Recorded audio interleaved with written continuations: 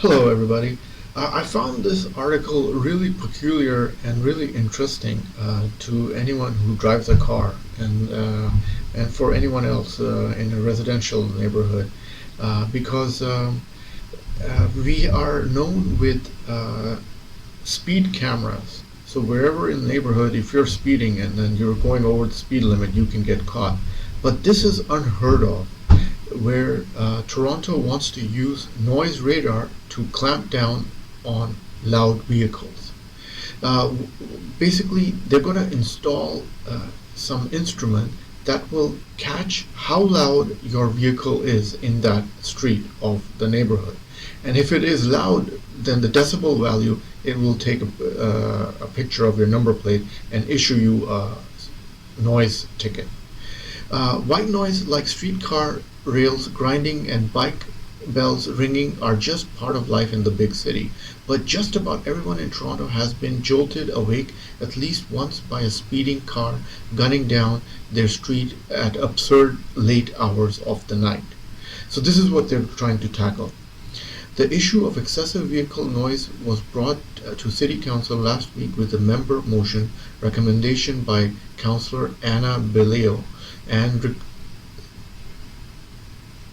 by Councillor Francis Numzaita, seeking I don't know if I pronounced the name right, seeking to implement an automated noise radar system that would help bring the hammer down on those inconsiderate drivers. Well, you see, if you live in downtown, like you'll see some drivers, they really make their car's silencer. They put an extra booster in the silencer, and it makes the exhaust of the pipe sound like a race car or a drag car.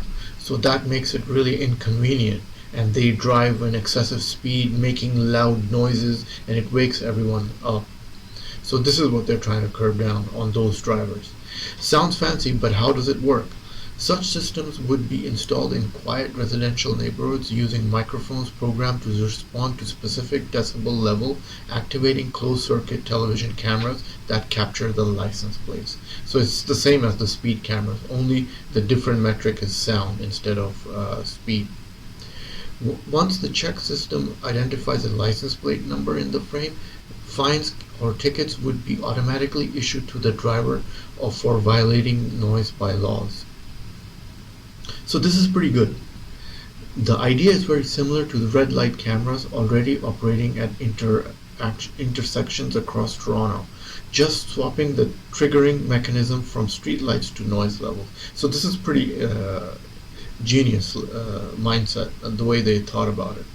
The notion, the motion to adapt it by a show of hands at council moving forward by the direction for the multiple city services to report back in early 2022 on the feasibility of noise radar and outlining what amendments to provincial legislation would be needed for just a plan to go through. So it's still in its test bed, but it will go through in next year, in 2022.